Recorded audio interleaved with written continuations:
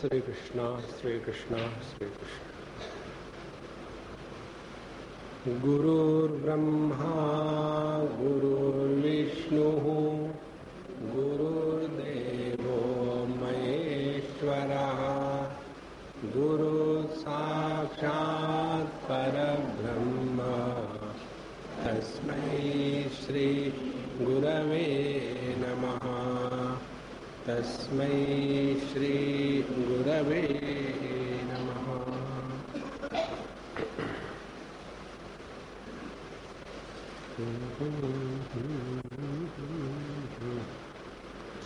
भगवान की माया से परे जाना है तो उसके लिए दो चीजों की आवश्यकता है।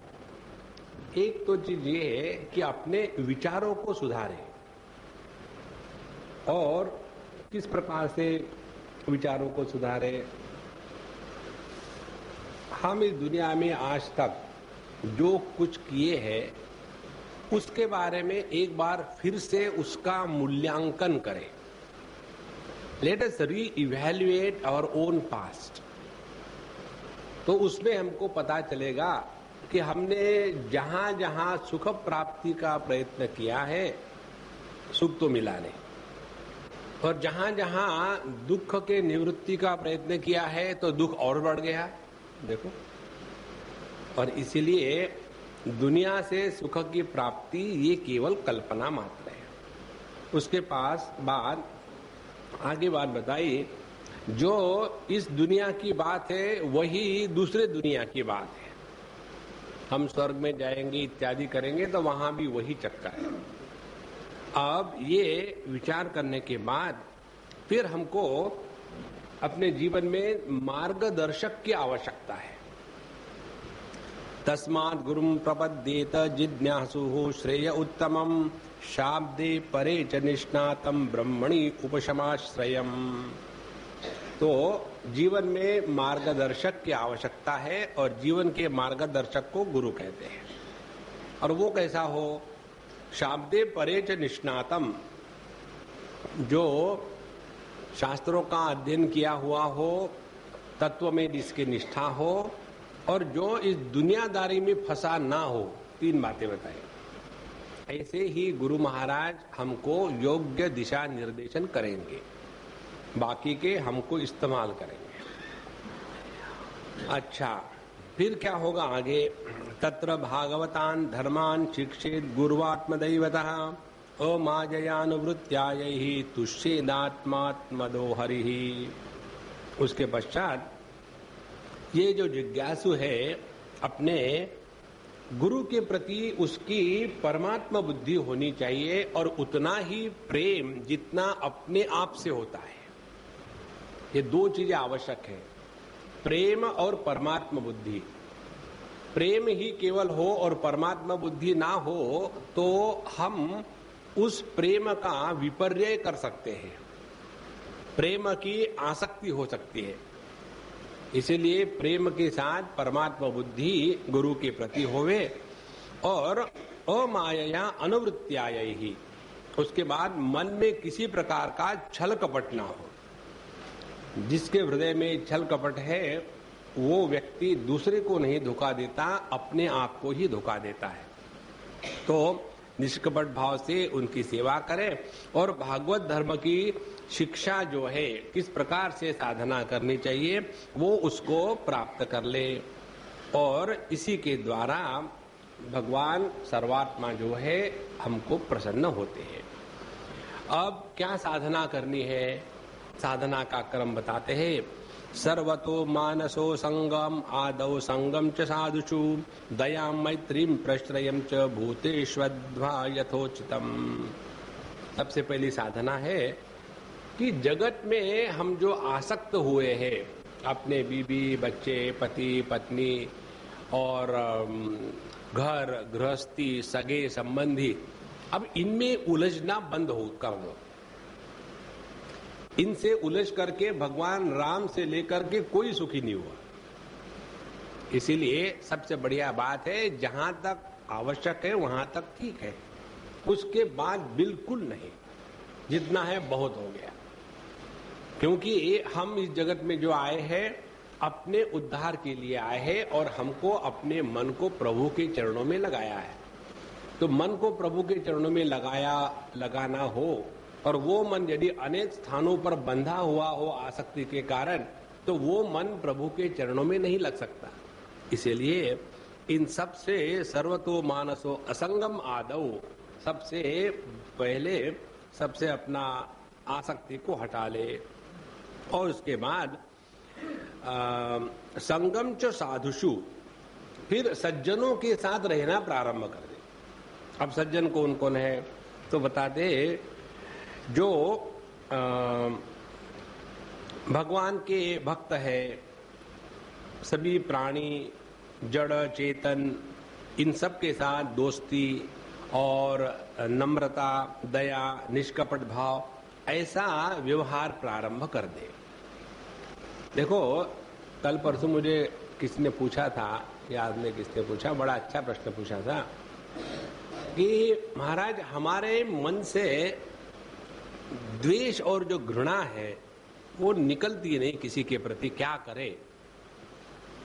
तो हमने कहा देखो, द्वेष घृणा निकलने का एक ही उपाय है कि जरा शांत दिमाग से विचार करो। आप जिसके प्रति द्वेष या घृणा करते हो, आपके द्वेष घृणा करने से कुछ फर्क पड़ने वाला है क्या? नहीं, वो जो के त्यों रहेंगे। आपको द्वेष घृणा करने का किसी ने अधिकार दिया है क्या? नहीं दिया। तीसरी बात, ये द्वेष घृणा जब तक हमारे हृदय में रहेगी तब तक हमको शांति नहीं मिलेगी।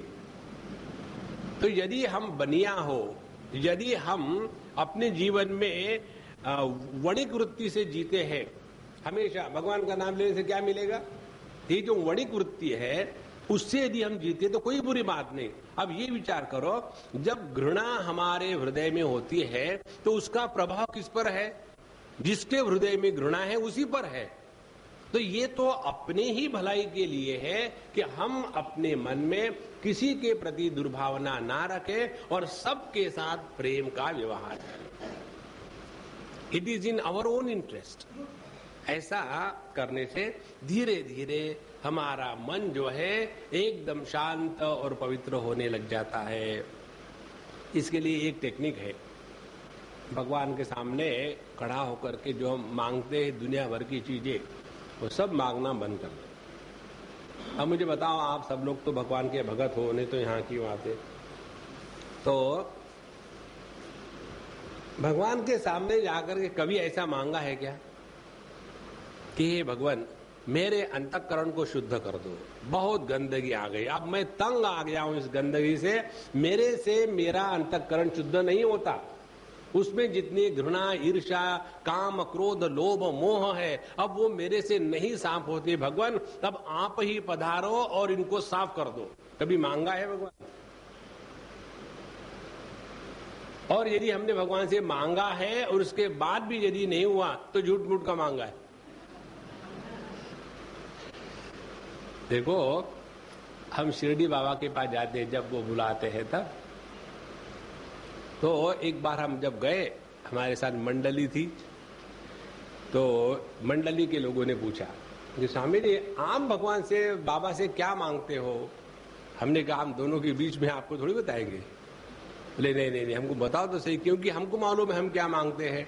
बीवी ऐसे, बच्चे ऐसे हैं, बिजनेस ऐसा है, तो हमारी तो बड़ी लिस्ट होती है, तो आप क्या मांगते हो? तो हम कहते हैं, उनको बताया, हमें कहा ठीक है हम आपको बताते हैं। हमने उनको एक ही चीज मांगी आज तक, दूसरी चीज नहीं मांगी, और वह यही कि हे भगवान हमारे हृदय में किसी के भी प्रति घृणा या द्वेष सपने में भी ना होवे। यदि एक चीज को आप पकड़ लो तो आपको एकदम शांति मिलेगी, और ये जितना हमारा अंतःकरण शुद्ध होगा उतनी हम प्रभु की भक्ति करने के अधिकारी बनेंगे। अच्छा, उसके पश्चात शौचम तपस्तितिक्षाम च मौनम स्वाध्यायमार्जवम ब्रह्मचर्य अहिंसा च समत्वम द्वंद्व संन्यायो हो।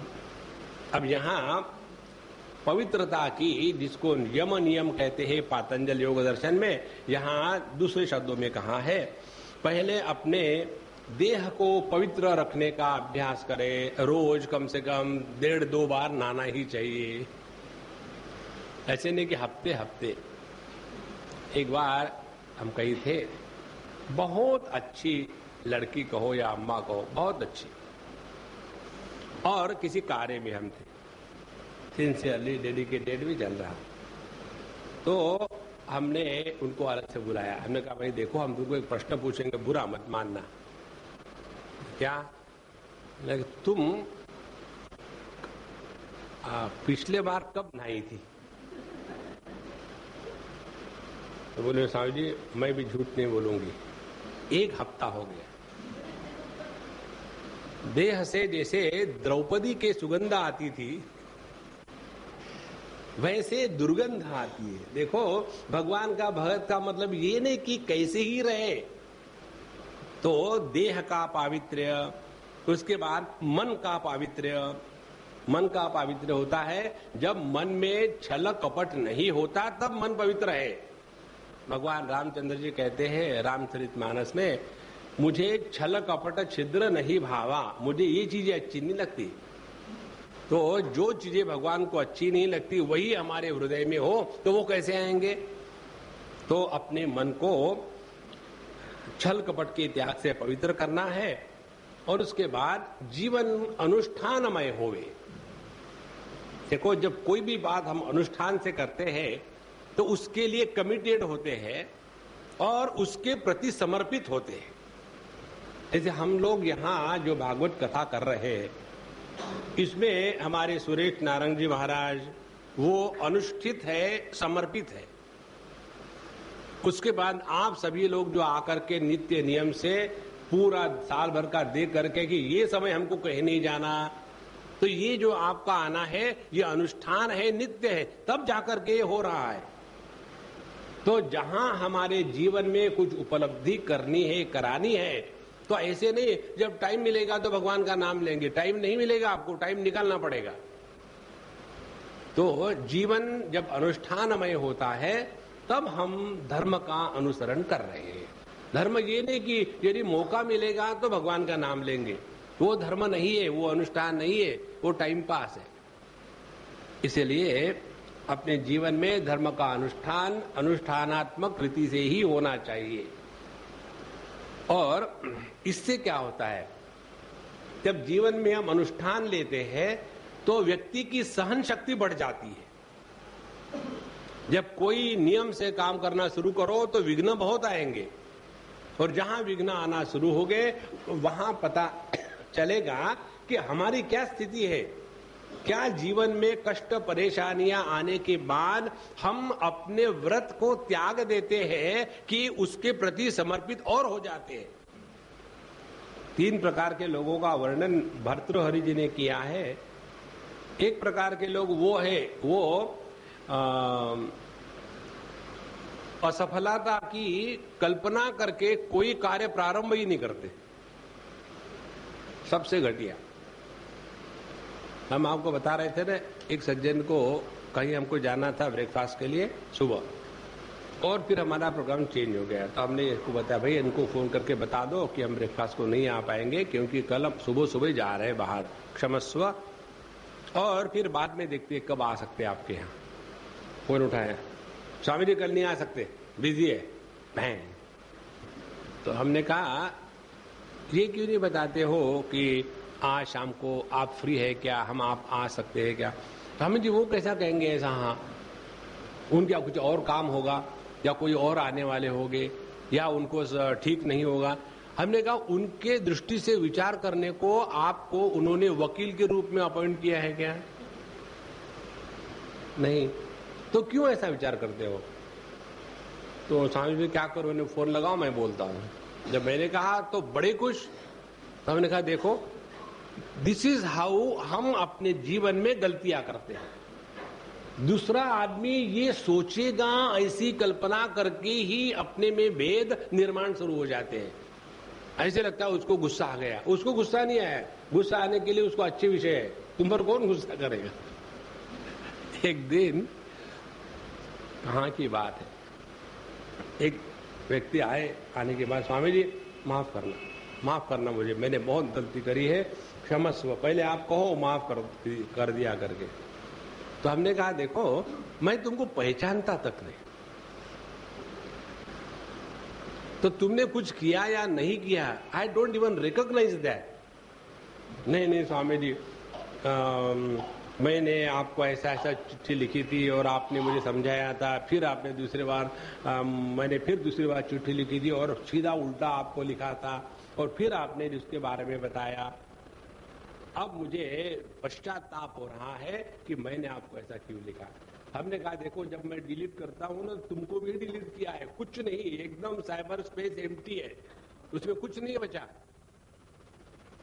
ये जो मन में ऐसी भावना आती है ना, इसका एक ही कारण है कि हमने धर्म का अनुष्ठान नहीं किया, सहन शक्ति जागृत नहीं हुई, निगेटिविटी निकल जाती है जब सहन शक्ति अच्छी होती है तब। उसके बाद मौन स्वाध्याय सरलता, मौन स्वाध्याय आर्जवम माने सरलता, सरलता ब्रह्मचर्य अहिंसा समत्व, ये सभी का अपने जीवन में पालन करना है। तो द्वंद्व संजयो हो, और सभी के जो द्वंद्व होते हैं, लाभ हानि शीत उष्ण सुख दुख, इसमें भी हर्ष विषाद से रहित हमको जीवन में रहने का अभ्यास करना है। अब देखो ये जो हम भक्ति की दृष्टि से देख रहे हैं ना, ये एक सामान्य है, साधारण है सभी मार्गों के लिए। आप योग मार्ग ले लो तो वहां बताएंगे जब तक के यम नियम साधना नहीं करोगे, क्या है यम साधना, यही शब्द है, अहिंसा सत्य अस्तेय अपरिग्रह ब्रह्मचर्य, ये हो गई यम साधना, वो कि वो यहां गए। नियम साधना क्या है, नियम साधना में भी 5 अंग आते हैं, वहां बताते हैं शौच संतोष तपस्वाध्याय ईश्वर प्रणिधान नियमाः, ये नियम है। तो चाहे आप योग मार्ग का अनुसंधान करो, चाहे भक्ति मार्ग का अनुसंधान करो, चाहे कर्म का करो, चाहे ज्ञान का करो, सबका तात्पर्य एक ही है, अपने अंतःकरण को शुद्ध पवित्र करके उसमें भगवान को अवतरित करने की पवित्रता ले आवे, इसी को साधना कहते हैं। साधना का तात्पर्य है हमको बदलना है, दुनिया को नहीं बदलना।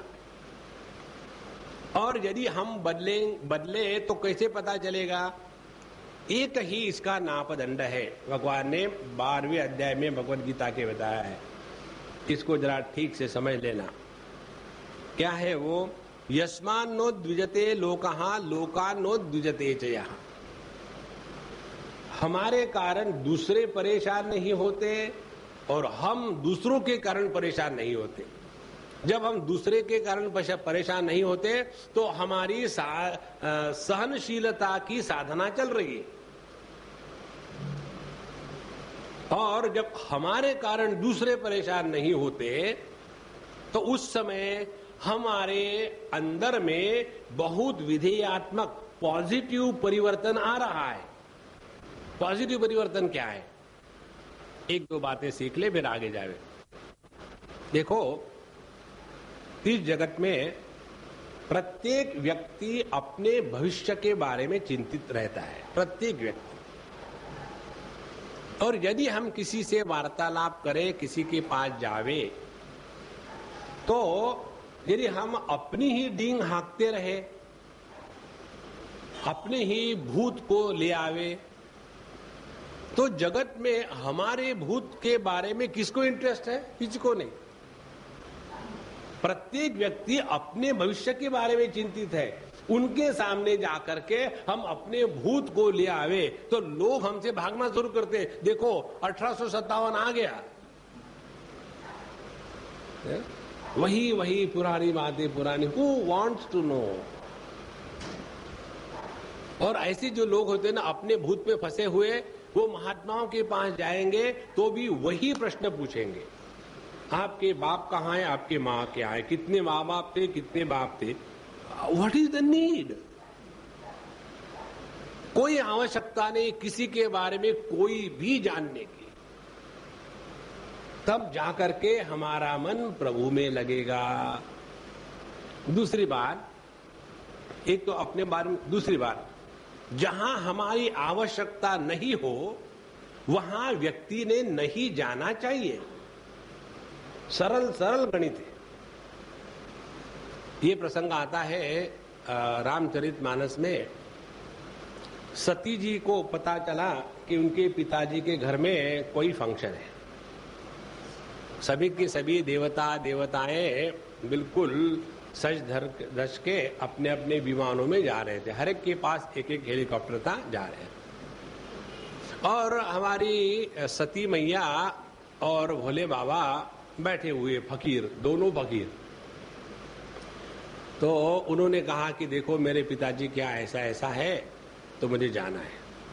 तो बोले देखो हमको बुलाया नहीं है तो नहीं जाना चाहिए। ये मैं मानता हूं कि गुरु के यहाँ, अपने माँ बाप के यहाँ, अपने पति के यहाँ बिना बुलाए भी चले जाना चाहिए, मैं मानता हूं।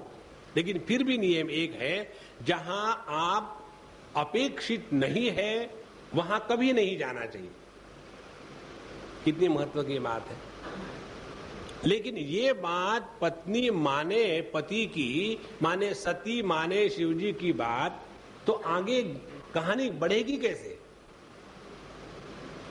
और फिर वो मानती नहीं और नहीं माना और चली गई वहां तन तन करके और अकेली गई। बाकी जितनी भी औरतें गई थी अपने अपने हस्बैंड के साथ गई थी। और जब ये अकेली चली गई वहां जहां नहीं बुलाया था, और फिर एक के बाद एक अपमान, फिर अंतःकरण में ग्लानि, और उसी में उन्होंने अपने देह का त्याग कर दिया। देखो, इसीलिए इस जगत में हमसे लोग परेशान न होवे। ये कैसा पता चलेगा कि जब हमारी उपस्थिति किसी को परेशान करती हो तो वहां नहीं जाना चाहिए।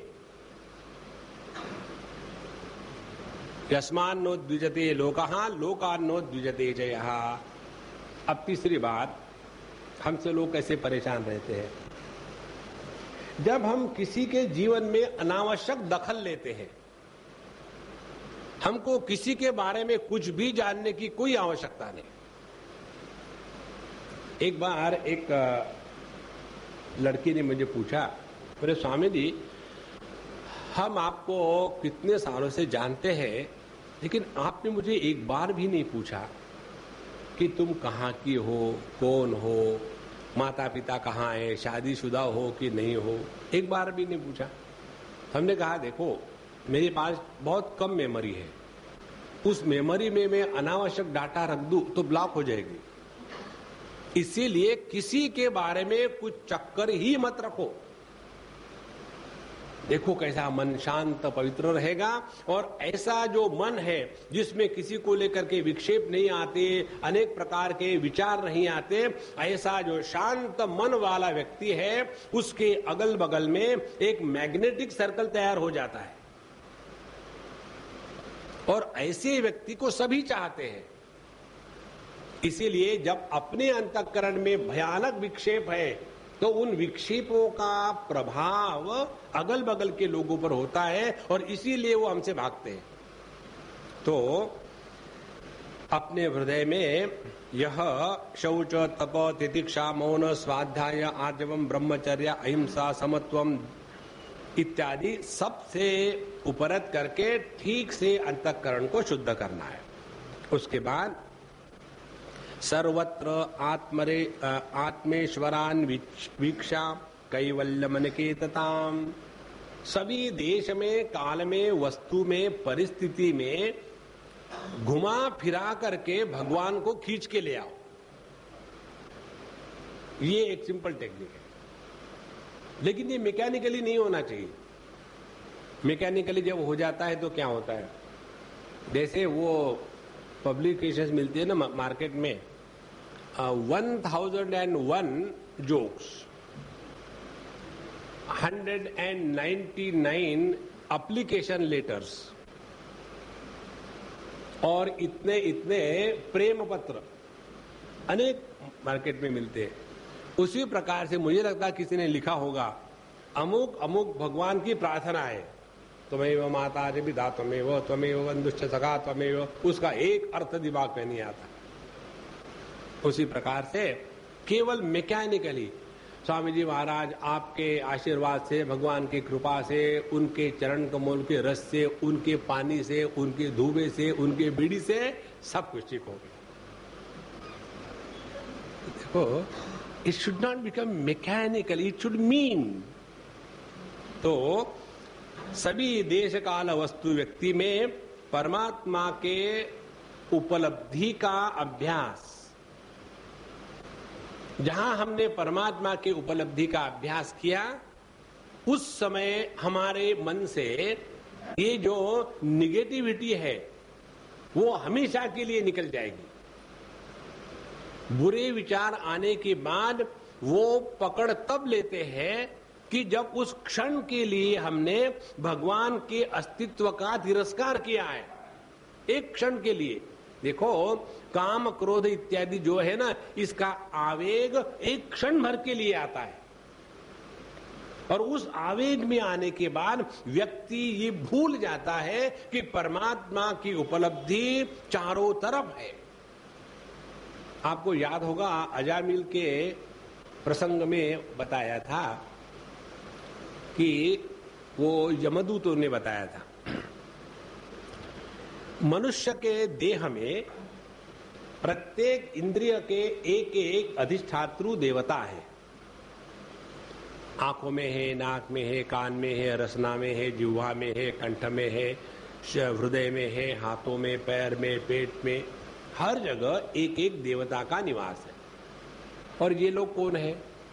इनका दो कार्य है। एक कार्य तो ये है कि इन इंद्रियों को शक्ति दे करके कार्य में लगाना। आंखों पर जब सूर्य का अनुग्रह होता है तब हम आंखों के माध्यम से देख सकते हैं। माने हमारे आंखों का गोलक, उसके पीछे मन की शक्ति, और उस मन के शक्ति का आंखों के माध्यम से दृष्टि के रूप में निकलना, ये सूर्य की कृपा है, और इसीलिए इसको सूर्य देवता का निवास स्थान बताया। वैसे हर एक इंद्रिय में है। अब वहां बताया था अजामिल के प्रसंग में, जब मनुष्य अपने मृत्यु के बाद स्थूल देह का त्याग कर दिया, तो जितने देवता है वो वहां से निकल करके जीव की गति प्रारंभ होने के पहले चित्रगुप्त के पास पहुंच जाते हैं और उनको बताते हैं, वहां जो आपने भेजा था ना हमको सीआईडी एजेंट के रूप में, ये रिपोर्ट है। अब चित्रगुप्त हमारी बात मानेगा कि अपने एजेंटों की बात मानेगा? और वहां जाने के बाद हम कहते हैं, हाँ भाई आपने क्या किया? मैंने कुछ भी पाप नहीं किया, मैं तो बड़ा सरल सादा था, पता नहीं मुझे आप क्यों इतना कष्ट दे रहे थे।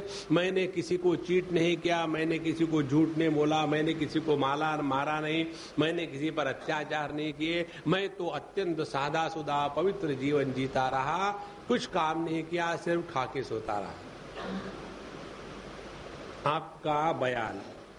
उसके बाद ये सभी देवताओं की रिपोर्ट, और तुरंत, जैसे अभी हम समझ सकते हैं कंप्यूटर में कितने एक क्षण में कंपैरिजन हो जाता है। एक क्षण में कंपैरिजन हो गया, इसने जितना बताया 100% गलत, इसको नरक में हमेशा के लिए भेज दो। इसीलिए अपने हृदय में परमात्मा है, स्थान में है, देश में है, काल में है। इसके बारे में यदि हम जागृत रहेंगे तो हमारे द्वारा गलत कार्य नहीं होंगे। जहां जहां हमारे द्वारा एक बार भी गलत कार्य हुआ है उसमें कोई खराबी नहीं है, यदि आप उससे सीखो तो। समझो आपके द्वारा कोई गलत कार्य हुआ है और इस जगत में एक भी व्यक्ति ऐसा नहीं है कि जिसके द्वारा कोई गलत कार्य हुआ नहीं। तो यदि कुछ गलत कार्य हो गया तो never mind, if you learn from your mistakes, और उसके बाद हमको अपने आप को सुधारना है। नहीं तो गलती करके करके फिर उसमें एक्सपर्ट हो जाते हैं।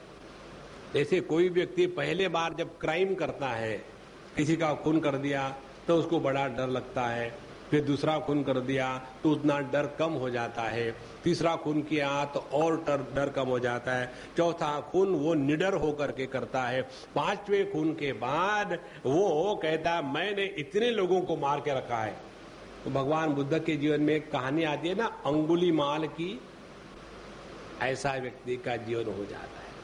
इसीलिए भगवान संपूर्ण जगत में उपलब्ध है, इसको जाने। दूसरी बात, वही परमात्मा हमारे में चैतन्य रूप से उपलब्ध है। तो जहां जहां चैतन्य की अभिव्यक्ति है वहां वहां परमात्मा है। ये दूसरा अभ्यास है भक्ति शास्त्र का। देखो, यदि मैं चैतन्य रूप से जिंदा हूं, वो परमात्मा तत्व है, तो जहां जहां चेतना का दर्शन हो रहा है वहां वहां परमात्मा की उपलब्धि है। दूसरा प्रकार भक्ति का। अब तीसरा बताते हैं। तो ये ईंट पत्थर, ये जो पूर्ण निसर्ग है, उसकी बात क्या है? तो कहते हैं यह संपूर्ण निसर्ग जो जगत है ये इतना सुंदर तरीके से चल रहा है, योग्य समय में पत्ते फूल आते हैं, फल आते हैं, ये सभी का सभी जो ठीक ठाक चल रहा है, इसके पीछे जो अंतर्यामी रूप से विद्यमान है वह परमात्मा है। देखो, भगवान के दर्शन के तीन प्रक्रिया यहां बताई है। एक तो वो सर्वत्र सभी में उपलब्ध है। दूसरी बात, जहां जहां चैतन्य मय के रूप में और तू के रूप में वो भी परमात्मा है।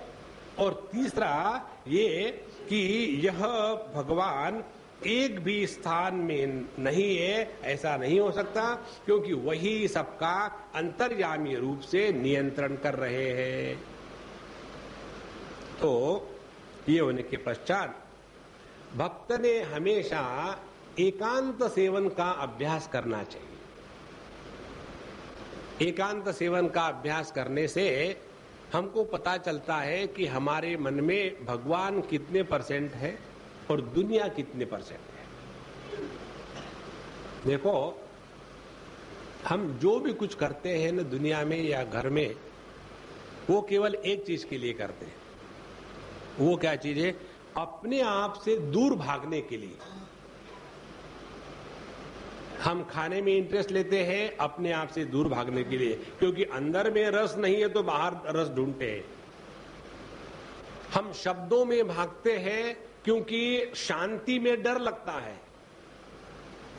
हम जगत के सुगंधों में दौड़ते हैं क्योंकि हमने अपने स्वयं का सुगंध कभी पहचाना ही नहीं।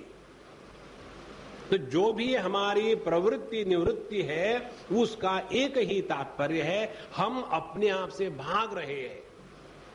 इसीलिए ये बहुत आवश्यक भक्ति साधना है। एक जगह शांत बैठो और अपने अंदर से गंदगी को निकलने दो।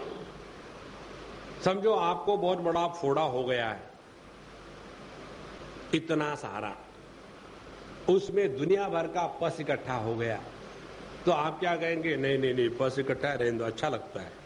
नहीं, तो जब उस फोड़े से पस निकलना शुरू हो जाएगा, दर्द होगा, बड़े कष्ट होंगे, लेकिन वो जब निकलेगा तो अच्छी बात है ना।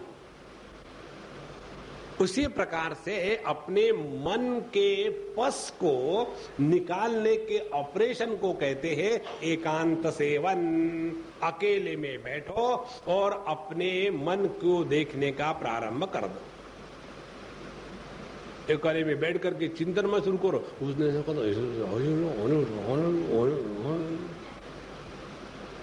जैसे ट्रैफिक लाइट के सामने गार्बेज का ट्रक, लाल बत्ती आ गई, वो गार्बेज का ट्रक वहां खड़ा है और चारों तरफ से गंदगी है, मक्खियां है और वो मशीन चल रही है। अपना जीवन वैसा ही होता है, अकेले में शांत बैठना संभव नहीं। और फिर हम भागते हैं।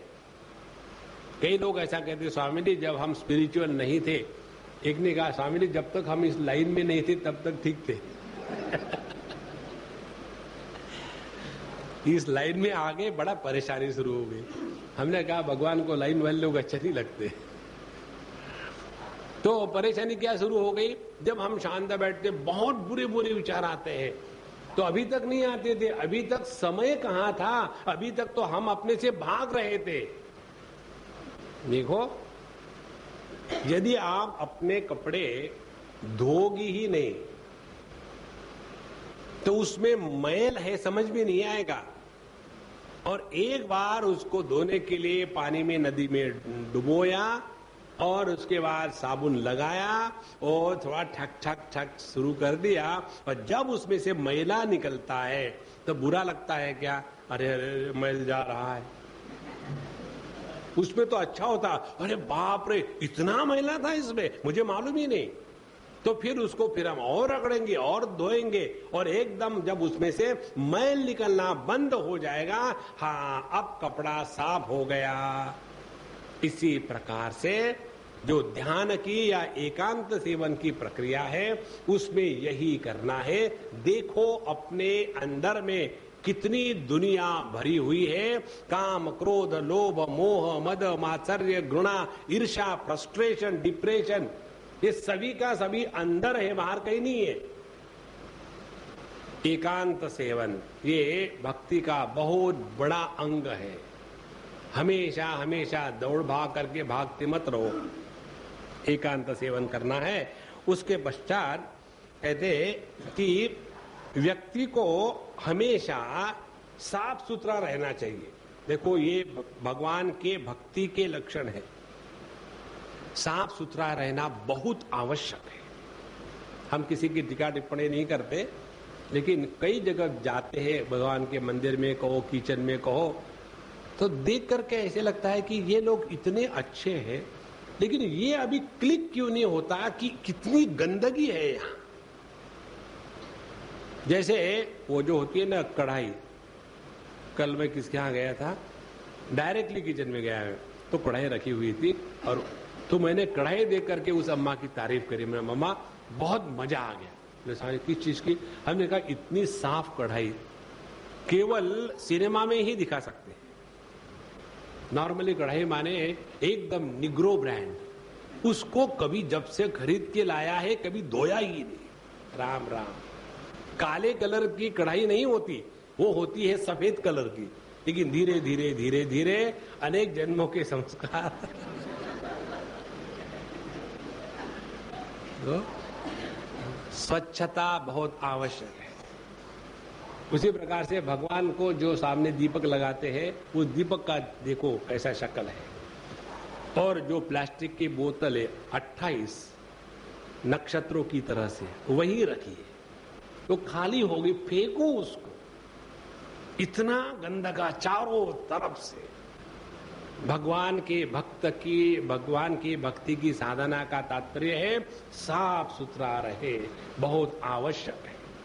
ये तो इतनी सारी चीजें इकट्ठी हो गई और उसके ऊपर में मिट्टी हो गई। दूसरी बात, वस्त्रों के साफ सफाई के साथ साथ यदि हम बैरागी बाबा है, ये तो गृहस्थों के लिए बताया, तो बैरागी बाबा है तो उसने अपने मन को इन चीजों से हटा करके यदृच्छा लाभ संतुष्ट, जो कुछ मिला है उसी में प्रसन्न रह करके अपने मन को भगवान में लगाना है, क्योंकि उसके लिए फिर ये ज्यादा सफाई की इत्यादि का चक्कर नहीं होता। उसके बाद श्रद्धाम भागवते शास्त्रे अनिंदाम अन्यत्र चापि ही मनोवाक कर्म दंडम च सत्यम शमदमावपि। श्रद्धा भागवते शास्त्रे, और जो भक्ति शास्त्र है, भगवान के भक्ति उपलब्धि करने का जो शास्त्र है, उसमें अटूट श्रद्धा होनी चाहिए। यदि हमारे मन में ये कल्पना होगी कि ये पत्थर की पूजा करने से क्या होने वाला है, तो हम भगवान के भक्ति करने के अधिकारी ही नहीं है। यही बात ये लोग वेदांत की दृष्टि से कहते हैं, ब्रह्म इस जगत का अभिन्न निमित्त उपादान कारण है। ये कहने के लिए तुमको बड़ा जोश आता है, और वही बात भक्ति शास्त्र में प्रैक्टिस होती है। देखो, भक्ति शास्त्र वेदांत शास्त्र का प्रैक्टिकल क्लास है। तो वेदांत में जो बताया कि परमात्मा इस जगत का अभिन्न निमित्त उपादान कारण है। उपादान कारण माने मिट्टी और निमित्त कारण माने कुम्हार। जैसे किसी मटके को बनाने के लिए मिट्टी की आवश्यकता है और कुम्हार की आवश्यकता है, इसी प्रकार से ये जगत रूपी मटके को बनाने वाला कुम्हार भी वही है और मिट्टी भी वही है। ये बात वेदांत की दृष्टि से पढ़ते हैं तो ऐसे लगता है कि बड़े 30 मार का हो गए, अपने को पब्लिक से जरा ज्यादा ही मालूम है।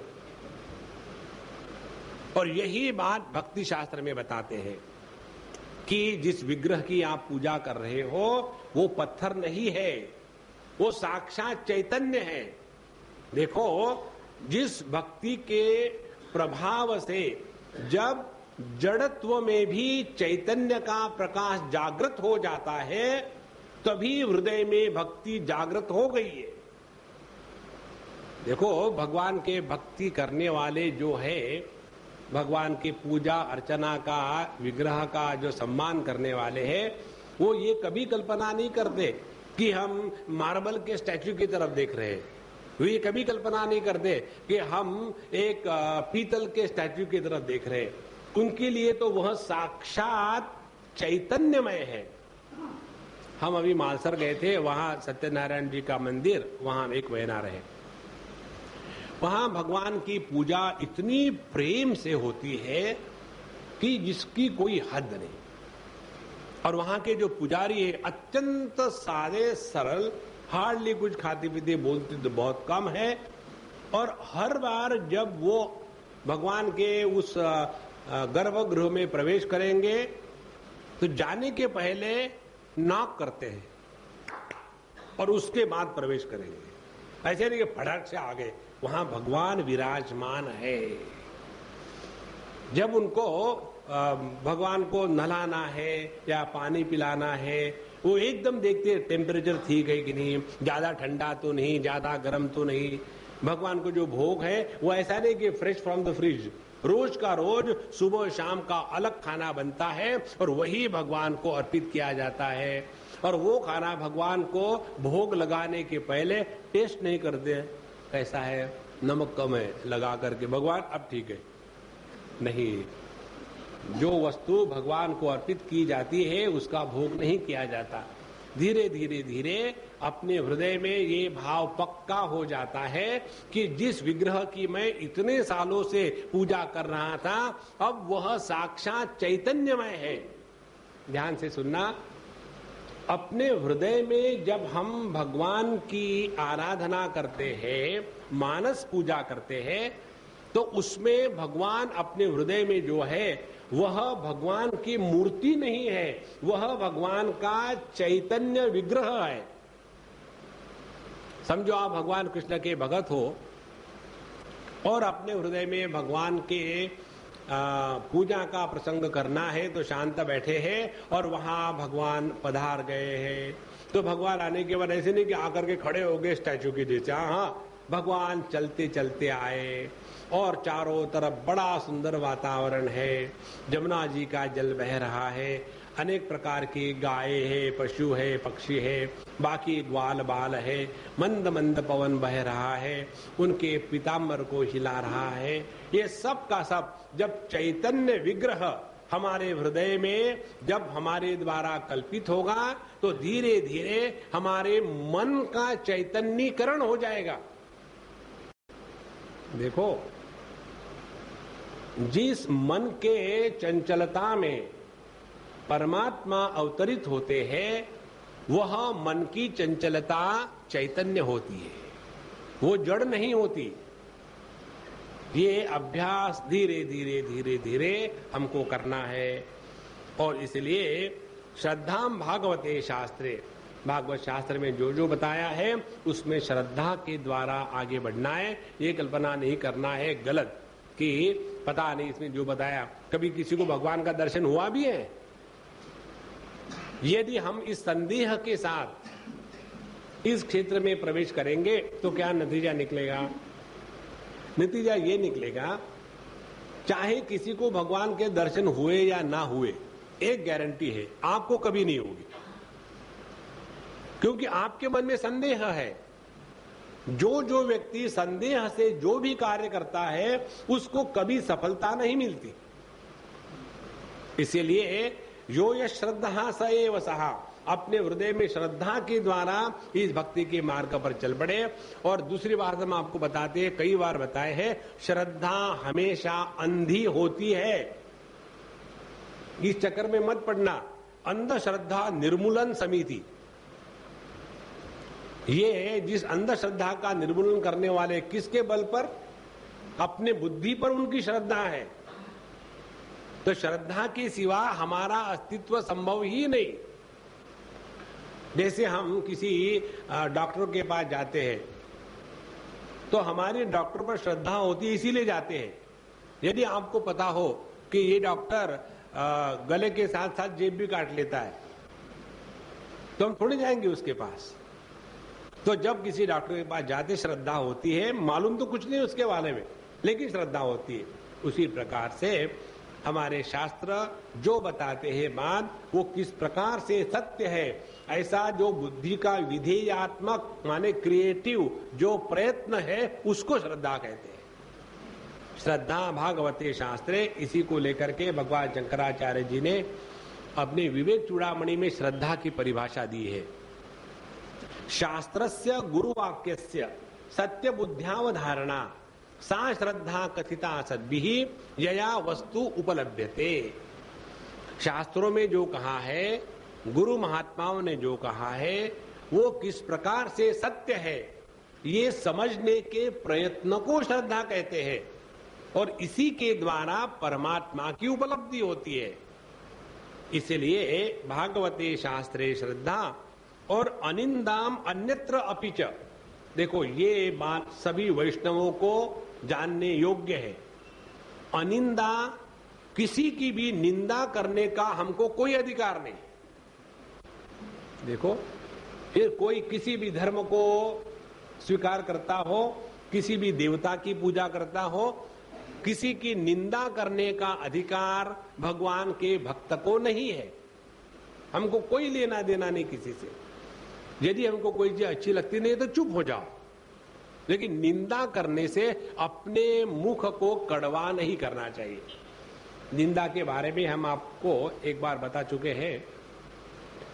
एक मिलिट्री के मंदिर की बात। मिलिट्री के मंदिर मालूम है कैसा होता है? वहां सभी भगवान अटेंशन में खड़े होते हैं। तो कहीं फॉरवर्ड एरिया में था, हम वहां गए, बड़ा आनंद आया, चाय पानी पिलाया। और फिर हम जब गए मंदिर में, देखा बिल्कुल वहां के जो पुजारी थे, सूबेदार मेजर, तो सूबेदार मेजर वहां पुजारी थे, बड़ा आनंद, बिल्कुल धड़ाधड़ भगवान में सैल्यूट मारते थे सबको। तो वहां जब देखा, बड़े सुंदर सुंदर चित्र थे और अच्छे अच्छे वाक्य लिखे हुए थे। एक वाक्य हमारे हृदय में हमेशा के लिए प्रवेश कर चुका है। वहां लिखा हुआ था, जब हम दूसरे की दोष देख करके निंदा करते हैं तो वो दोष हमारे में प्रवेश कर जाते हैं, और जब हम अपने दोष देखते हैं तो उन दोषों को हम निकाल देते हैं। देखो कितनी सिंपल बात है। यदि हमको पता लगे, समझो हमारे यहां गाल पर एक काला धब्बा लगा हुआ है, हमको पता नहीं, और जैसे हमको कोई बताएगा, स्वामी जी आपके यहाँ काला धब्बा क्या लगा हुआ है, जैसे पता लगेगा तो हम उसको रखेंगे क्या? नहीं, अच्छा लगता है मुझे, नहीं, तुरंत निकाल देंगे। जहां हमने अपने दोष को पहचान लिया, उसको निकालने का प्रयत्न करेंगे, लेकिन दोष को दोष के रूप में पहचानना है, दोष को लेकर के अभिमान नहीं करना। मालूम है, मुझे ऐसा गुस्सा आता है कि मेरे गुस्से के सामने दीवारें भी कांपने लग जाती है। तो उस व्यक्ति को अपने गुस्से को लेकर के वह दोष है, यही स्वीकार नहीं किया है। देखो, जब दोष को दोष के रूप में स्वीकार करेंगे तभी उसका हम निराकरण करेंगे। इसलिए अनिंदाम अन्यत्र चापी ही, किसी की भी, किसी भी शास्त्र की, किसी भी लोगों की, किसी भी लोगों के अपने अपने प्रकार की निंदा करने से कोई मतलब नहीं। इसके बारे में हमने आपको एक भगवान शंकराचार्य के जीवन की बात बताई थी। जब वो नेपाल में गए, वहां के काली की पूजा का विधान बदलने के लिए, क्योंकि सभी पहाड़ों में तंत्र के अनुसार भगवान की पूजा होती है, तो वहां वो देवी को बकरा चढ़ाएंगे या मुर्गी चढ़ाएंगे। अब वो तंत्र के अनुसार जो हो रहा है, भगवान देवी खुश है और भगत खुश है, जो जानवरों को बलि दे रहा वो खुश है, आप क्यों परेशान हो रहे हो? नहीं नहीं, मुझे समाज का उद्धार करना है, दुनिया का भला करना है। वहां जाकर के जब उनकी सारी शक्ति खत्म हो गई, वही बैठ गए। उस समय उनको याद आई मां की, और जैसे उन्होंने माता को बुलाया, तुरंत भगवती साक्षात एक सुंदर कुमारी का रूप लेकर के भगवान के सामने आई और बताया कि देखो, मेरे भक्त और मैं, इनके बीच में तुमको आने की कोई जरूरत नहीं, बहुत आवश्यक है। इसीलिए किसी भी शास्त्र की, किसी भी लोगों की जैसी भी पूजा अर्चा चल रही है, हमको उनकी निंदा करने की आवश्यकता नहीं है, ये कहने का तात्पर्य। उसके बाद मनो वाक् कर्म दंडम च, अपने कर्मों में, अपने वाणी में, अपने इंद्रियों में संयम करना अत्यंत आवश्यक है। जिसके वाणी में संयम नहीं है, उसको लेकर के वो भी परेशान रहता है और दूसरे भी परेशान रहते। जब आवश्यक नहीं तब नहीं बोलना चाहिए। शास्त्र इसके लिए एक उदाहरण देते हैं। मनुष्य ने अपने वाणी का प्रयोग कैसा करना चाहिए? पशु के अनुसार। जानवर बोलते नहीं, इसीलिए खुश रहते हैं। दूसरी बात यह है, जानवर विचार नहीं करते इसलिए मस्त रहते हैं। मनुष्य के यही दो बातें हैं। भगवान ने वाणी क्या दे दी? एकदम जैसे डॉग, मैं कुत्ता नहीं कहूंगा, जैसे डॉग वो टेल को वैग करते रहता है, हिलाता रहता है, उसी प्रकार से हमारी वाणी जो है नॉन स्टॉप, हर एक पर अपना कमेंट, कुछ जरूरत है, नॉट नीडेड, हर एक पर अपना कमेंट। ये अपने शक्ति का व्यय करने का एक बहुत बुरा तरीका है। देखो, स्थूल देह के द्वारा जो कर्म करते हैं, उससे समझो 1 यूनिट हमारी शक्ति खर्चा होती है, उससे 10 गुना शक्ति खर्चा होती है जब हम अपने वाणी का प्रयोग करते हैं। तो 10 घंटे फिजिकल काम करना और 1 घंटे लगातार बोलना, इसमें जितनी शक्ति लगती है वो समान होती है। तो 10 गुना वाणी के द्वारा शक्ति का व्यय होता है, उससे भी 100 गुना शक्ति का व्यय होता है अनावश्यक चिंतन से। देखो, खामो काम चल रहा है, कुछ काम नहीं तो विचार करे, खामो काम का कितना देखो व्यय हो गया।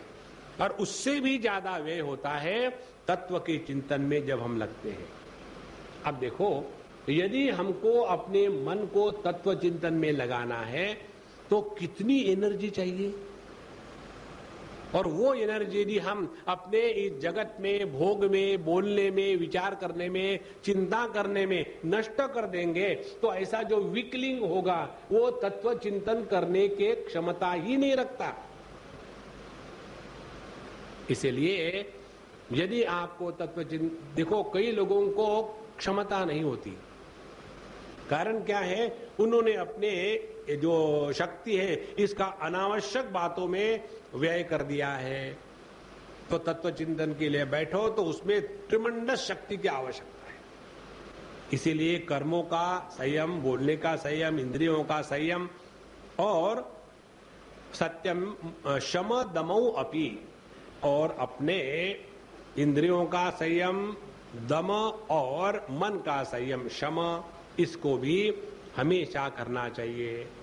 अब ये जब करेंगे तो हमारी सबकी सब शक्ति जो है अब वो कंजर्व हो गई, अब शक्ति हमारे लिए उपलब्ध है। अब इस उपलब्ध शक्ति को क्या करें? तो कहते हैं श्रवणम कीर्तनम ध्यानम हरेर अद्भुत कर्मणः जन्म कर्म गुणानां च तदर्थे किल चेष्टितम। उसके बाद हमारा जो मन है उसको भगवान की लीला जो अत्यंत अद्भुत है, दिव्य है, इसमें लगा देना है। भगवान कहते हैं जन्म कर्म च मे दिव्यम एवं यो वेत्ति तत्वतः।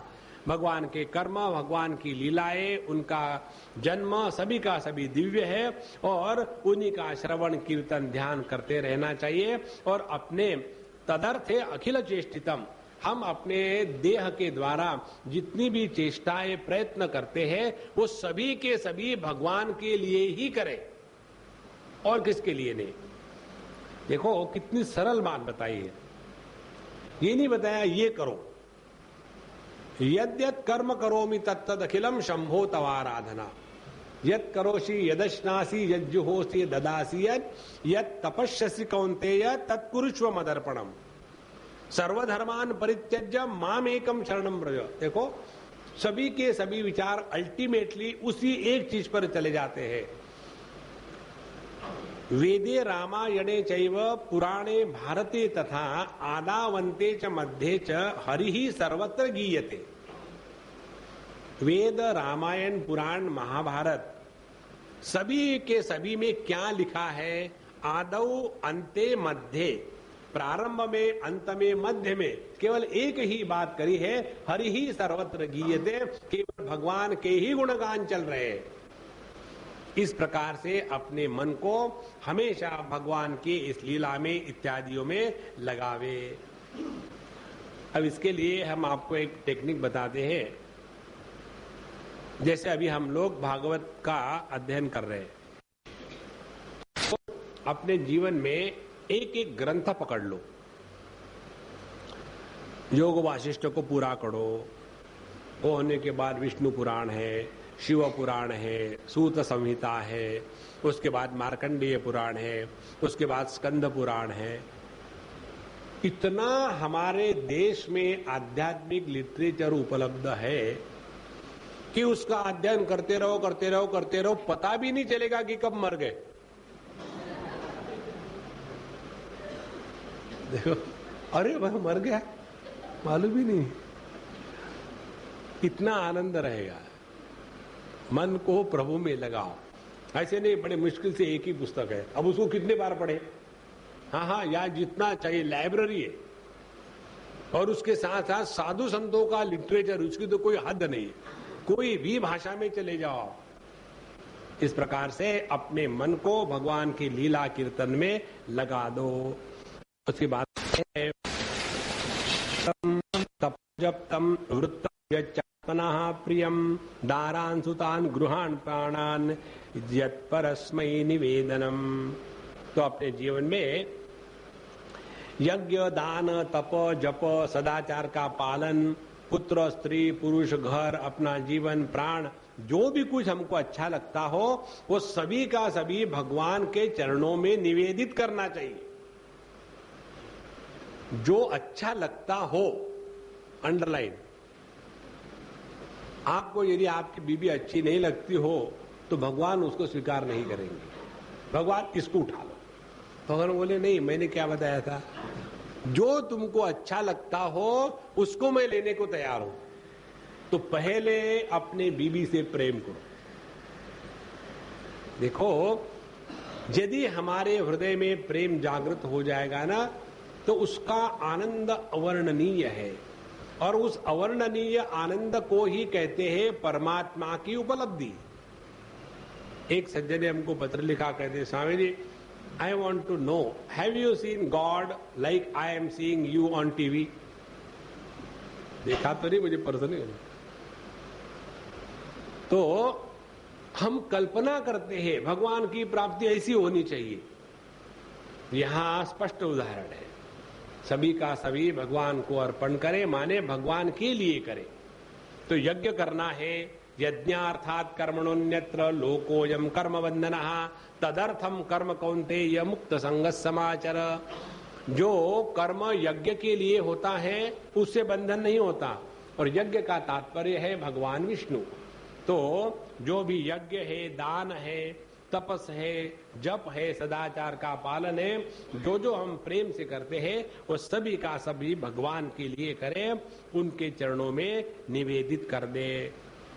और एवं कृष्णात्मनाथेषु मनुष्येषु सौहृदम परिचर्याम चोभयत्र महत्सु नृषु साधुषु। इस प्रकार से जिन जिन संत पुरुषों ने भगवान को अपने आत्मा के रूप में, स्वामी के रूप में साक्षात्कार कर लिया है और उनसे प्रेम, स्थावर जंगम, उनसे प्रेम करना है हमको, और उसी प्रकार के स्थावर जंगम दोनों प्रकार के प्राणी है उनकी सेवा करनी है। उसमें भी विशेष करके मनुष्य की सेवा, जानवरों की सेवा से मनुष्य की सेवा श्रेष्ठ मानी।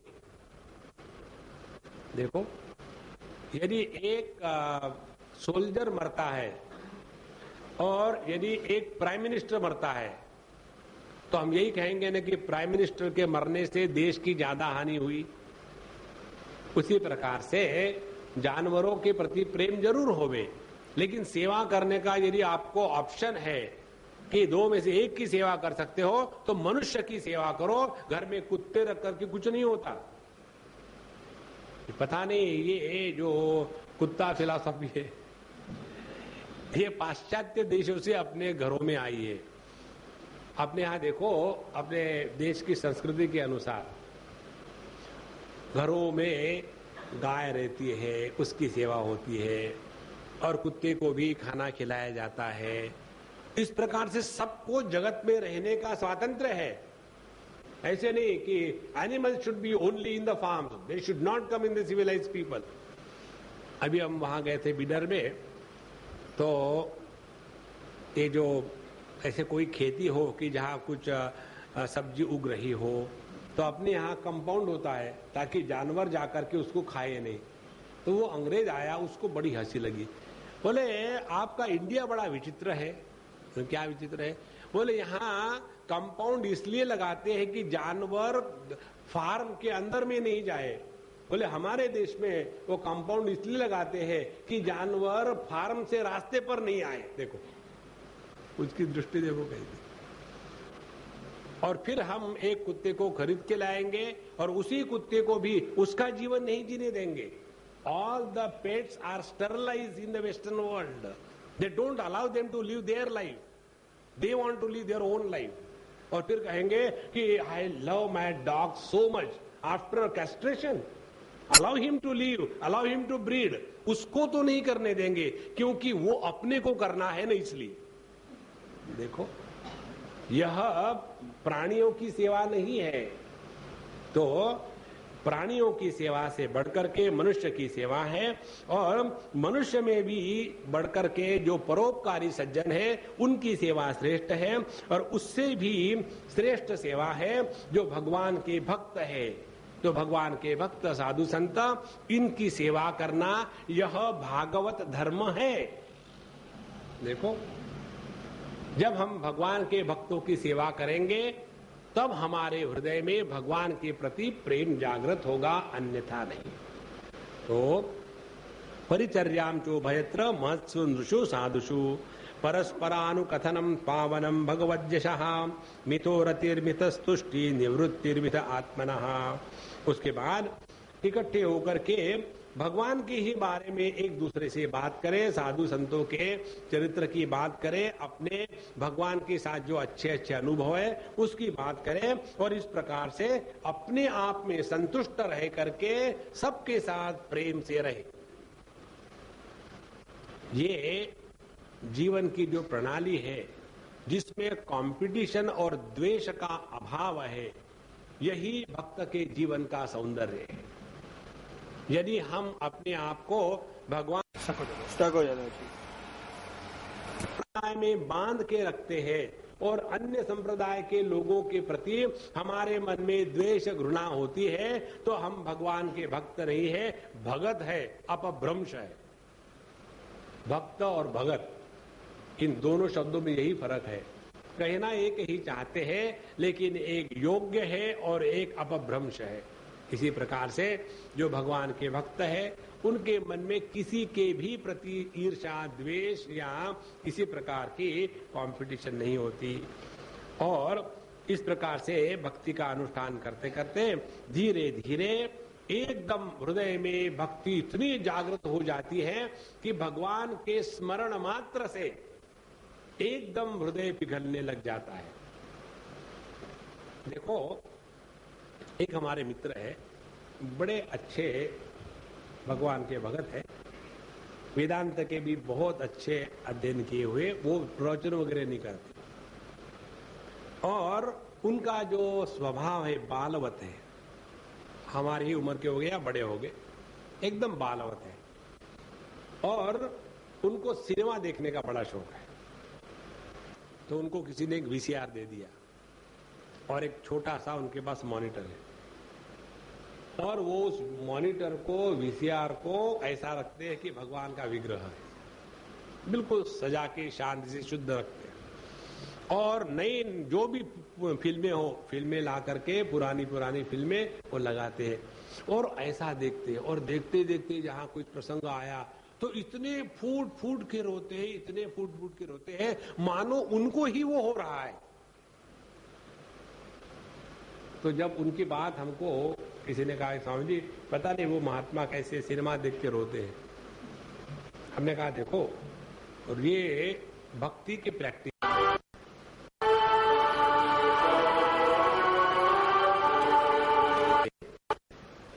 तभी दूसरों के लिए रोना प्रारंभ करते हैं। और जब दूसरों के लिए रोना बंद कर दे तब हम भगवान के लिए रोना प्रारंभ करते हैं। घटिया व्यक्ति घटिया चीज के लिए रोता है, श्रेष्ठ व्यक्ति श्रेष्ठ चीज के लिए रोता है। भगवान के लिए बहाए गए जो अश्रु है वो अपने हृदय को पवित्र करते हैं और दुनिया के लिए बहाए हुए जो अश्रु है अपने हृदय को ताप देते हैं, शांति नहीं देते। इसलिए एक दूसरे के साथ भगवान का ही यश, उसकी ही बात करते रहे। और यह भगवान श्री कृष्ण की जो लीला कथाएं हैं वो हमारे सभी के सभी पाप राशि को पेश करते हैं बिना बिजली के चलने वाली washing machine, easy pressure wash, pressure technology पे आधारित। इस प्रकार से धीरे धीरे अपने हृदय में भक्ति जागृत हो जाती है। और जब हृदय में भक्ति जागृत हो गई उसके बाद दुनिया से ना कुछ लेना है ना कुछ देना है। कहते हैं हाँ, स्मरन्तः स्मारयन्तश्च मिथो ओघौघ हरम हरिम भक्त्या संजातया भक्त्या बिभ्रत्युत्पुलकाम तनुम। भक्ति से ही भक्ति की उत्पत्ति होती है, भक्त्या संजातया भक्त्या। जैसे एक ने हमको पूछा था कि स्वामी जी आप जो कहते हैं ना कि सबसे प्रेम करो, कैसे करें? तो हमने उनको पूछा, हम आपको दूसरा उपदेश करते हैं, तैरो, पानी में तैरो। तो फिर क्या प्रश्न पूछोगे आप, कैसे तैरे? तो उसका उत्तर हम क्या दें? कुर्सी पर बैठ के विचार करके तैरना है, तैरना है, तैरना है। या हाथ में कागज पेंसिल लोगे, पानी में लेकर के उसमें कूदना है और उसके बाद उसमें तैरना है और कागज पेंसिल रख दिया और फिर बैठे अपने नेहरू के जैसे, नेहरू के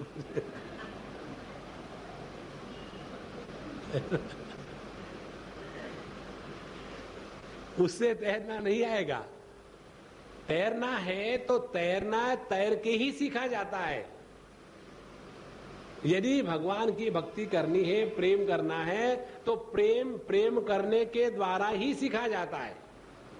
प्रेम कैसा करे, ये जो प्रश्न पूछता है उसको प्रेम करना नहीं होता। जिन्होंने प्रेम किया है उन्होंने मम्मी डैडी से पूछा नहीं, mom I want to love that boy, will you please allow me. हाँ, वो पहले प्रेम में गिर जाती है, फिर बता दी कि मामा मैं गिर गई हूं। तो प्रेम करना सीखना नहीं पड़ता, ये तो हमारे हृदय का भाव है। जिसके हृदय में प्रेम नहीं है ऐसा मनुष्य हो ही नहीं सकता। प्रत्येक के हृदय में प्रेम है। सवाल ये है कि ये प्रेम हमको कहां अप्लाई करना है, उसको कहेंगे भक्ति। तो धीरे धीरे अपने प्रेम को परिच्छिन्नता से हटा करके परिपूर्णता की ओर बढ़ाने की प्रक्रिया को कहते हैं भक्ति साधना। अभी हमारा जो प्रेम है वो छोटी छोटी बातों में है, मैं, मेरा घर, मेरी बीबी, मेरे बच्चे, मेरे अब धीरे धीरे वही प्रेम जब बढ़ने लग जाता है तो उसमें सबको इंक्लूड किया है, उसमें किसी का तिरस्कार नहीं। जिस प्रेम में कारण नहीं होता वह निष्कारण प्रेम परमात्मा की अनुभूति है। भगवान हमसे जो प्रेम करते हैं वो किसी कारण से नहीं करते। जैसे समुद्र सभी लहरों से जो प्रेम करते हैं वो किसी कारण से नहीं, ये बड़ी श्रेष्ठ लहर है और ये घटिया लहर है, नहीं, क्योंकि समुद्र का ये अनुभव है कि सभी के सभी लहरें मेरा ही विस्तार है। तो यही बात भगवान की है। भगवान हमसे जो प्रेम करते हैं उसमें उनकी श्रेष्ठता नहीं है, उनका केवल ये समझ ज्ञान है, ये संपूर्ण जगत मेरा ही विस्तार है। इसी प्रकार से जब भगवान का भक्त सबसे अहेतु की निराकारण जब प्रेम करने लग जाता है तो धीरे धीरे वो भी उसी अनुभूति में फिट हो जाता है जो अनुभूति भगवान की है। और जिस दिन, जिस क्षण इस जगत को हम उसी दृष्टि से देख सकते हैं जिस दृष्टि से भगवान अपने जगत को देखते हैं, उस समय आपको परमात्मा की प्राप्ति हो गई। देखो,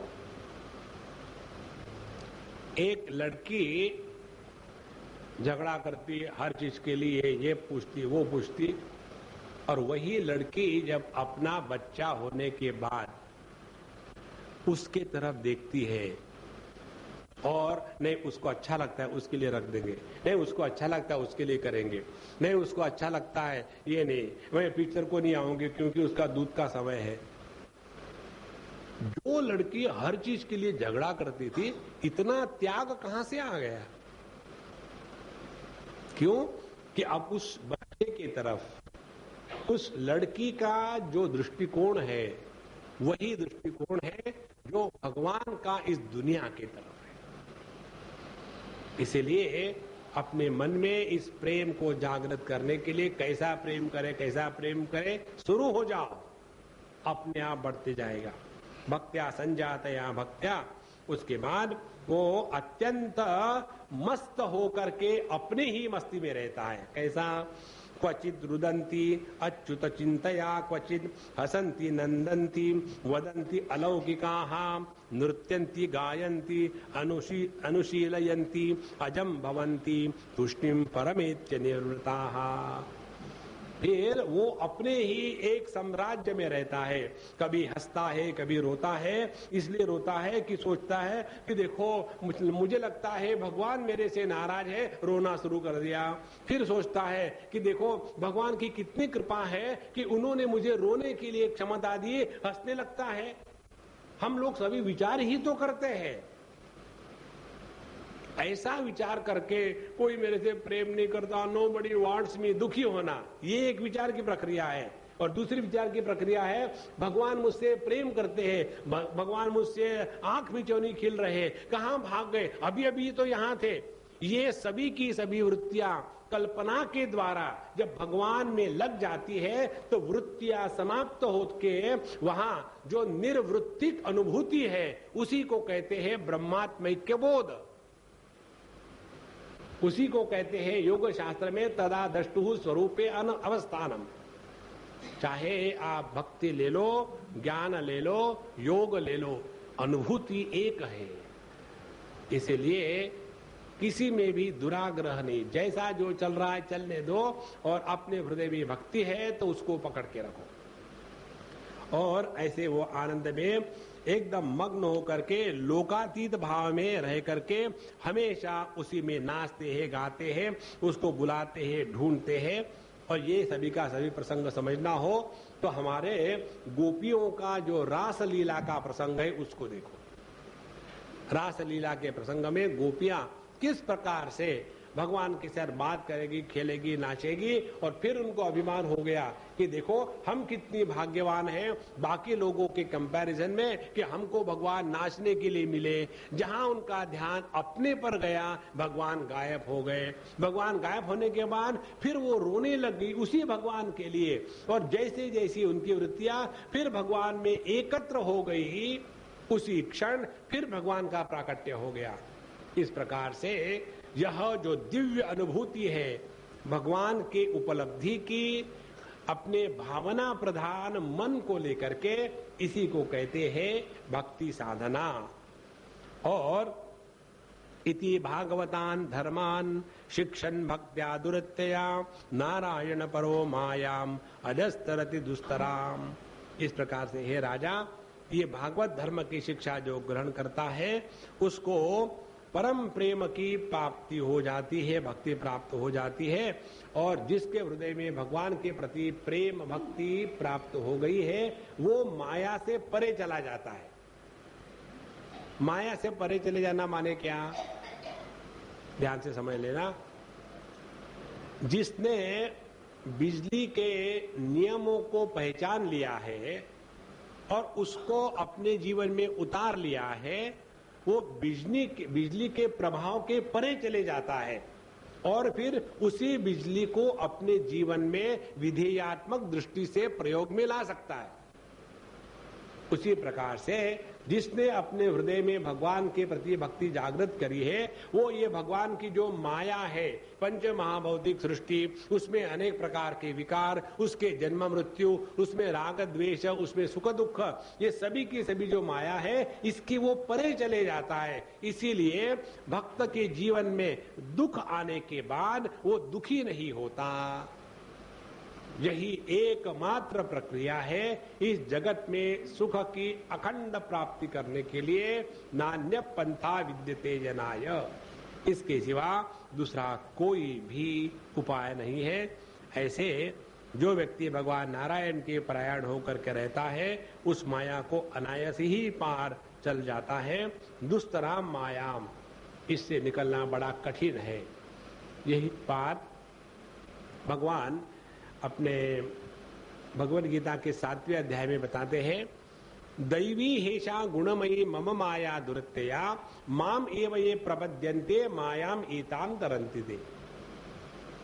ये प्रपद्यन्ते ते तरन्ति, ये प्रपद्यन्ते ते एव तरन्ति, ये एव प्रपद्यन्ते ते तरन्ति, ये एव प्रपद्यन्ते ते एव तरन्ति। ये एव जो सबके साथ लगता है।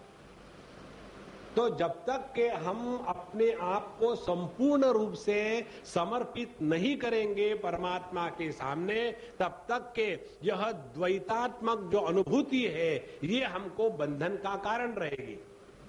और भक्ति का सौंदर्य क्या है? भक्ति का सौंदर्य ये है, द्वैत के साम्राज्य में रहते हुए भी अद्वैत की हानि जहां नहीं होती, वो है भक्ति की उपलब्धि। किसी को मिथ्या करके तिरस्कार करने की कोई आवश्यकता नहीं, सब कुछ परमात्मामय है, भगवान की लीला चल रही है। इस प्रकार से भगवान के जो भक्त है उनमें रस रहता है, आनंद रहता है, और इस जगत में रहते हुए भी और रहते रहते उसी में मग्न हो जाते हैं। ये भगवान की माया से तरने का, भगवान के माया को जानने का प्रसंग होने के बाद राजा निमि ने पूछा, नारायणाभिधानस्य ब्रह्मणः परमात्मनः निष्ठामर्हतनो वक्तुम योयम ही ब्रह्मवित्तमः। हे ब्रह्मवित्तम, हे महर्षियों, आप लोग परमात्मा का वास्तविक रूप जानने वालों में श्रेष्ठ हो। इसलिए हमें ये बतलाइए कि जिस परब्रह्म का नाम नारायण से वर्णन किया जाता है, वह नारायण नाम वाला परब्रह्म परमात्मा कौन है? अब देखो, हमने कल आपको बताया था कि 3 शब्दों का प्रयोग किया जाता है। वेदांत में जिसको ब्रह्म कहते हैं, भक्ति शास्त्र में उसको भगवान कहते हैं, और योग शास्त्र में उसको परमात्मा कहते हैं। तो ये जो तत्व है जिसका आपने अभी नारायण रूप से, शब्द से, अभिधान से वर्णन किया, उसका स्वरूप हम जानना चाहते हैं, उसका स्वरूप बताइए। देखो, दो शब्द होते, एक होता है स्वरूप, दूसरा होता है स्वभाव। स्वभाव माने क्या? जो परिवर्तनशील है वो स्वभाव है, और जो अपरिवर्तनीय है वो स्वरूप है। जैसे समुद्र का पानी यह स्वरूप है,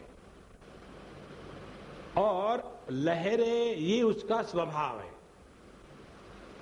तो समुद्र होगा तो उसमें लहरें होगी ही, संसार होगा तो उसमें सुख दुख होगा ही, जीव होगा तो उसकी गति अगति होगी ही, मन होगा तो उसमें अच्छे बुरे विचार आएंगे ही। ये इनका स्वभाव है।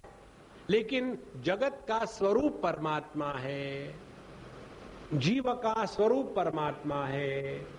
अच्छे बुरे अनुभूतियों के पीछे जो एक तत्व है वह परमात्मा है। तो हम सभी के सभी इन दोनों को अच्छी तरह से समझ लें। तो यहां उन्होंने बताया, ये जो भगवान की माया के कारण इतनी विविधता आ जाती है, इसके समझने के बाद अब आप हमको भगवान के स्वरूप के बारे में बताइए। आपने भगवान के स्वभाव के बारे में माया के संदर्भ में बताया।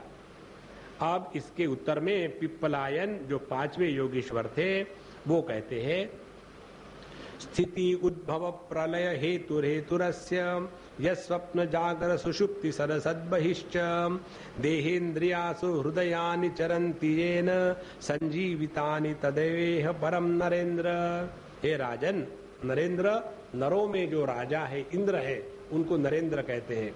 माने हे राजा, जो इस संसार की स्थिति उद्भव और प्रलय का हेतु है, जिसके कारण ये जगत का निर्माण होता है, जगत रहता है और उसका प्रलय होता है, और जो इस जगत का दोनों निमित्त और उपादान कारण है, और वह स्वयं किसी भी कारण से रहित है। अहेतु कहा, जिसका कोई कारण नहीं है। जो बिना कारण होता है वो सत्य है। इसीलिए जिसका कोई कार्य कारण नहीं वो परमात्मा यदि है, और उस परमात्मा को दर्शन करना है तो हम कार्य कारण के परे चले जाएंगे। कार्य कारण की निष्ठा कहां है? कार्य कारण की निष्ठा है केवल अपने बुद्धि में। जहां हमारी बुद्धि सुषुप्ति अवस्था में लीन हो जाती है महत् तत्व में, वहां हमारे बुद्धि के अभाव के कारण कार्य कारण समाप्त हो गया। तो जब हम कार्य कारण रहित अस्तित्व में रहते हैं तब उसको सुषुप्ति अवस्था कहते हैं। और ये कार्य कारण रहित अवस्था में ही हमको आनंद की और शांति की उपलब्धि है। जहां हम जागृत अवस्था में आ गए, तुरंत कार्य कारण की प्रणाली प्रारंभ हो गई। ये इसके कारण हो रहा, उसके कारण हो रहा। अपने देश में जो अशांति है पॉलिटिशियन के कारण है। पॉलिटिशियन कहते हैं हम आपके वोटों के कारण है, और हम कहते हैं हमारे वोट भगवान के कारण है। देखो, यदि भगवान ने हमको यहां से उठा लिया तो किसका वोट है? वोट भी नहीं रहेंगे तो वोट कहां से रहेंगे? इसीलिए ये जो कार्य कारण के परे है वह परमात्मा तत्व है।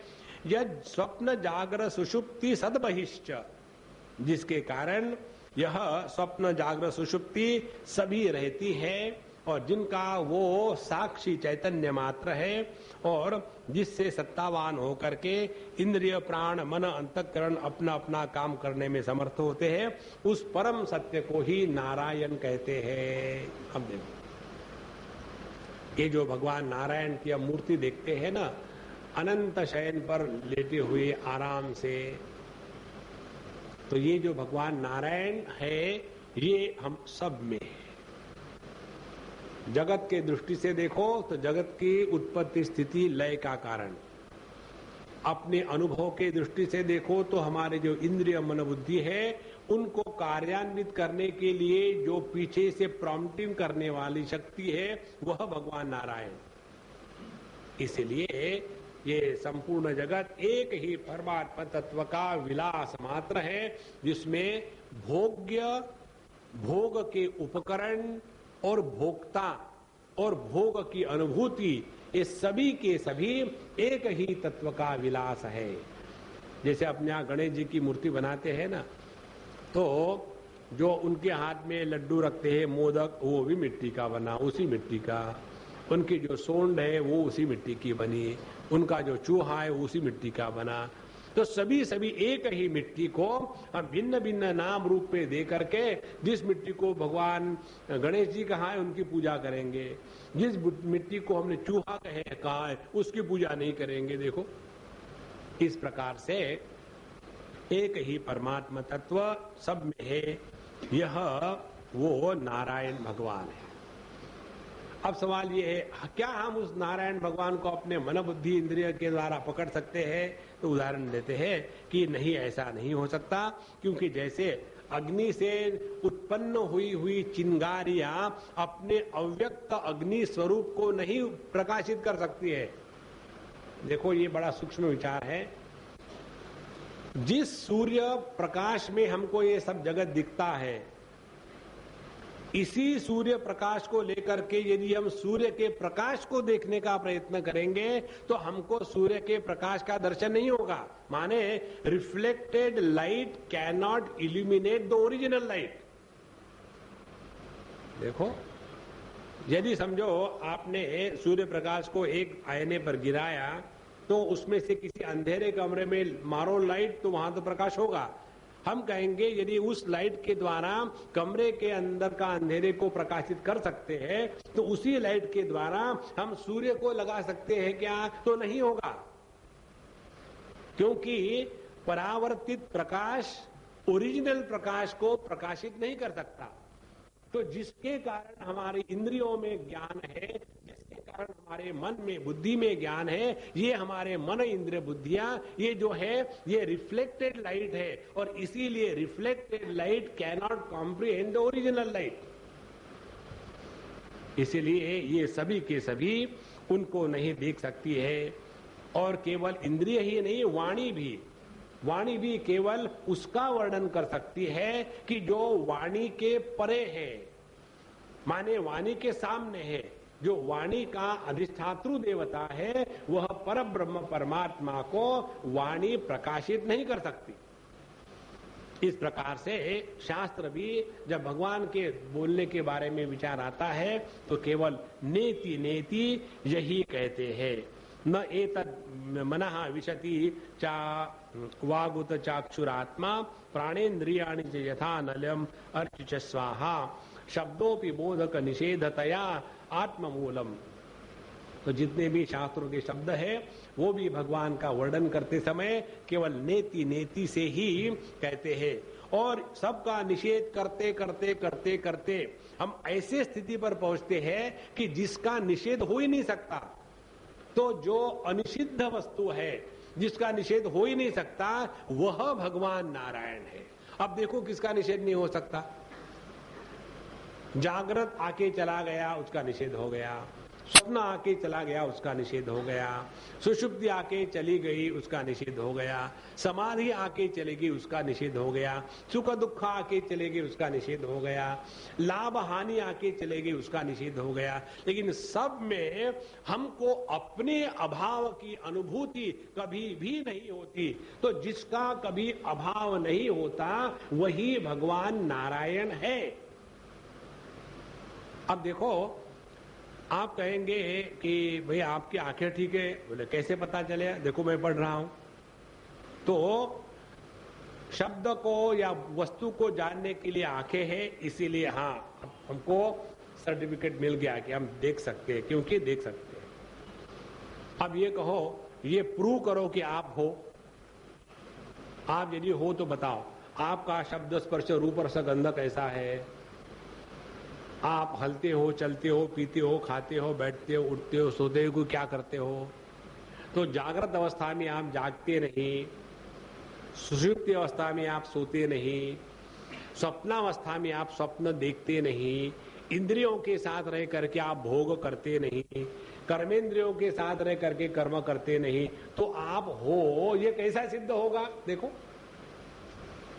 तो परमात्मा के सिद्धि के लिए तर्क की वहां गति नहीं है।